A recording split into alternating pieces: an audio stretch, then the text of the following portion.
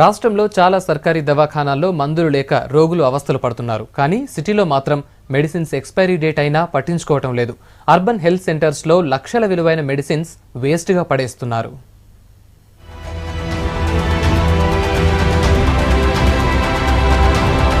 ఇక్కడ మనం చూస్తున్నది బంజారాహిల్స్ లోని అర్బన్ హెల్త్ సెంటర్. ఇది పేరుకు మాత్రమే హెల్త్ సెంటర్. ఇక్కడ వైద్యం సంగతి పక్కన పెడితే కనీసం మందులు కూడా ఇవ్వరు.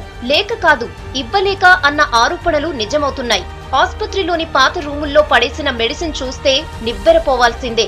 ఏదో 100-1000 రూపాయలవి కాదు, లక్షల విలువైన మెడిసిన్స్ మూలుగుతున్నాయి.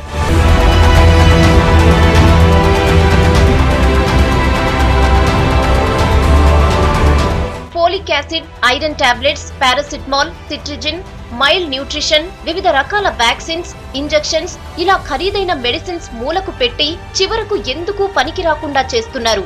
డేట్ దాటాక చెత్త బుట్టలో వేస్తున్నారు.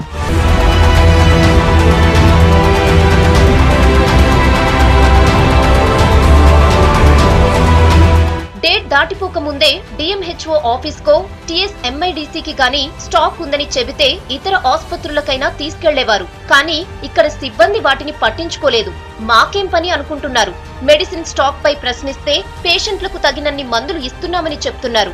డేట్ అయిపోయింది, ఆయమ్మని పక్కనే కాల్ చేయమని చెప్తే ఆయమ్మ కాల్చలేదు. 50,000 పాపులేషన్ ఉన్న పాపులేషన్కి ఒక 10 లక్ష వరకు ట్యాబ్లెట్లు ఇచ్చి పంచమంటే ఎట్లా పంచుతారు? ఎక్కడ ఇస్తారు? ఉన్న పిల్లల వరకే ఇస్తారు కదండి.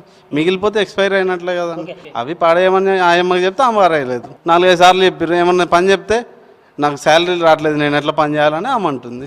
ఇది ఒక బంజారాహిల్స్ పిహెచ్సిలోనే కాదు, సిటీలో ఇలాంటి చాలా సెంటర్స్ లో లక్షల రూపాయల మెడిసిన్స్ వేస్ట్ అవుతున్నట్టు సమాచారం. సర్కారీ ఆసుపత్రులకు వచ్చే పేద మధ్యతరగతి రోగులకు అందాల్సిన మెడిసిన్స్ ఇలా వృధా చేయడంపై ఆందోళన చెందుతున్నారు.